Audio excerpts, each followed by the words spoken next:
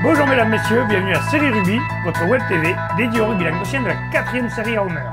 Diffusée mercredi, jeudi et vendredi sur sérierugby.fr. Avec mes sérieux chroniqueurs, bonjour Fabien. Salut Alain. Bonjour Xavier. Salut Alain. Bonjour Michel. Salut Alain. Et bonjour Stéphane. Salut Alain. Bon messieurs, nous avons la chance aujourd'hui d'être reçus par la SBH, à côté vestiaire, leur restaurant. D'ailleurs on les remercie, on va remercier les dirigeants ainsi que les responsables de la brasserie. C'est agréable messieurs de se retrouver un peu à l'extérieur et de voir un peu le rugby différemment. Ça change un petit peu là, puis le cadre est sympa quand même.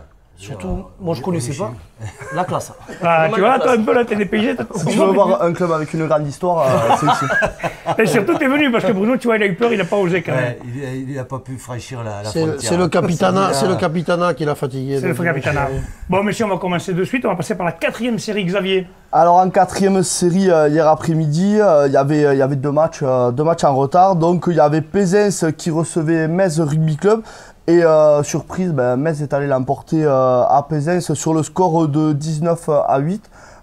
Pézens avait plutôt bien démarré, même s'ils avaient 6 défaites, ils arrivaient quand même à tenir leur match. Et là, ils ont perdu à domicile. C'est pas vraiment une surprise contre Metz. Nous avons reçu quand même les dirigeants de Metz, ils nous ont dit quand même. Ils ont dit que c'était l'objectif. C'était leur objectif, donc je pense que. Ouais, il avait dit à demi-mot. Il n'a pas suivi l'émission peut-être. J'ai cru que c'était votre réception qui avait tout changé. C'est des huîtres. C'est des huîtres. Ils ont amené des huîtres frelatées à l'adversaire.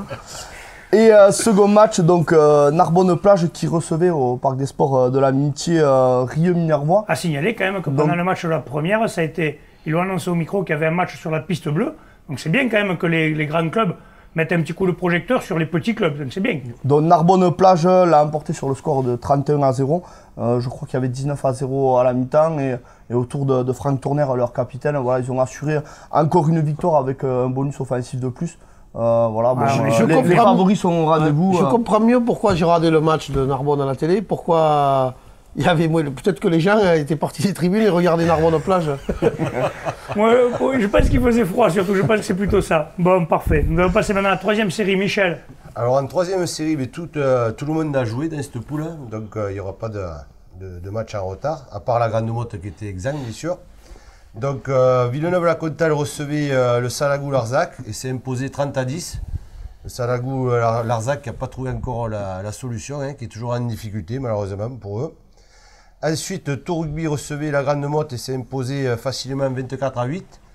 Et le match phare de la poule, c'était l'Orbe-Occitan qui recevait la Palme. Premier contre second, non? Premier contre second, et la Palme qui a fait un très bon match à l'extérieur et qui s'est incliné d'un tout petit point.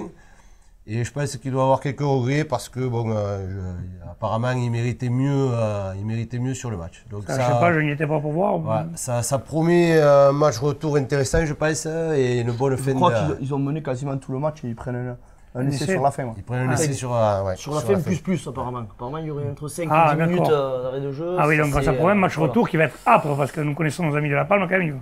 Ouais, bien recevoir. Je pense qu'ils se feront un peu surtout qu'ils risquent à cette occasion-là de jouer quand même la première place de la. Mais c'est bien, de toute façon, c'est 2 équipes qu'on avait annoncées favorites et on se retrouve qu'ils sont au bout. On voit que l'Occitan commence à faire le trou, là, déjà 10 points d'avance sur le mais ils ont un match à moins, c'est la Palme.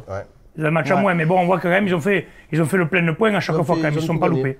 Par contre, des déceptions, là, un petit peu juste parce qu'ils ont fait une bonne saison l'an dernier. Salagou, je ne sais pas ce qui se passe, ils avaient fait une bonne saison l'an dernier, et puis cette année, c'est on les voyait mieux que ça. Peut-être des blessés, ou alors peut-être qu'ils donnent des chemises plus petites à Michel, parce qu'on a l'impression que ça le moule un peu. Michel qui a repris la muscu à Moussan. Voilà, disons qu'avec le froid, je me contracte. Tu vois, je vais m'emballer.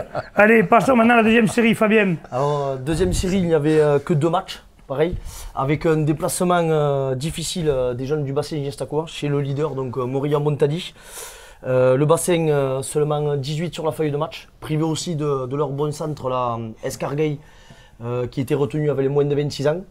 Malgré tout, cette équipe a quand même accroché, comme d'habitude.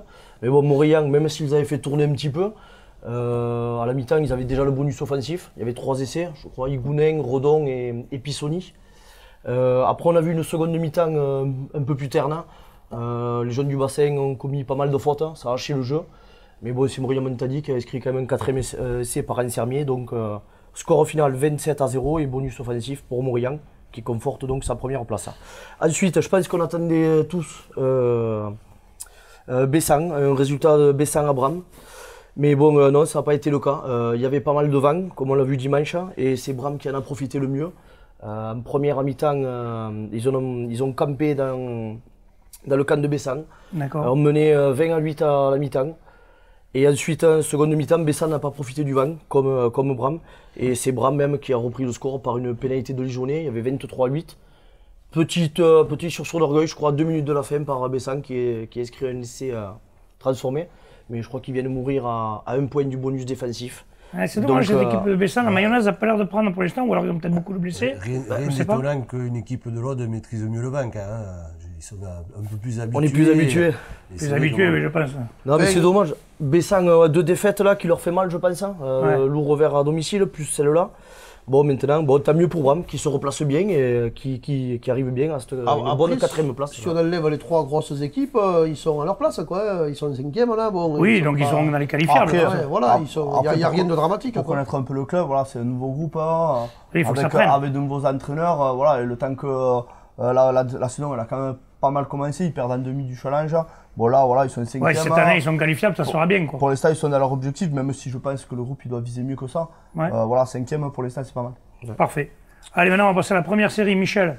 Alors, en première série, la tête se déplaçait de Trèbes et s'est imposé. Non, Trèbes recevait justement. Recevait Mogbio, pardon. C'est du mal, Michel. Il s'est imposé 29-20. Donc, logiquement, parce que depuis le début, je dis que cette équipe fera partie des favoris pour les phases finales. Donc, même si ça a été un peu compliqué, ils ont quand même réussi à rester maîtres chez eux. Ensuite, Poussin se déplaçait à Villeneuve-les-Béziers. Et malheureusement, il n'a toujours pas été récompensé de ses efforts. Oui, un bonus défensif accroché à la fin là, sur une pénalité à 22 mètres face au Barin. Oui. Qui fait du bien et qui récompense quand même le groupe par rapport à la prestation qui a été faite. Et 5e défaite donc, pour Poussard, et Michel est quand même, à l'instar de Galtier là, à Montpellier, il est quand même... il passe sur la sellette. Jusqu'où on ne sait pas, mais il est encore entraîneur de Poussard. Exactement, Michel. Donc j'ai eu une réunion avec le président et les joueurs. Et les joueurs pour l'instant m'ont sauvé la tête comme Galtier, donc je serai reconduit pour le prochain match. Parfait. Et le match phare de la journée, pour moi, c'était Alaric qui se déplaçait à Saint-André-Bizané. Et un match qui a eu du mal à se décanter. Alaric qui a dominé toute la première mi-temps, possession de balle de 35 minutes sur les 40. Il va y avoir du vent aussi. Et, voilà. Et donc 0-0 à la mi-temps. Et ensuite, il perdait 3-0 et il a fallu attendre la fin du match. Voilà. Il a fallu attendre la fin du match pour que le pilier Sébastien Brideau marque l'essai de la victoire pour Alaric, qui ramène des points précieux de l'extérieur là, sur un match piège dans des conditions compliquées. Et qui prend la première place, non? Et qui prend la première place. Et du coup, mine de rien, cette équipe d'Alaric, petit à petit, a fait ce qu'il fallait pour arriver en haut. Oui, bien on avait dit qu'il ferait partie des favoris. Ah ouais, ils vont y être encore une fois.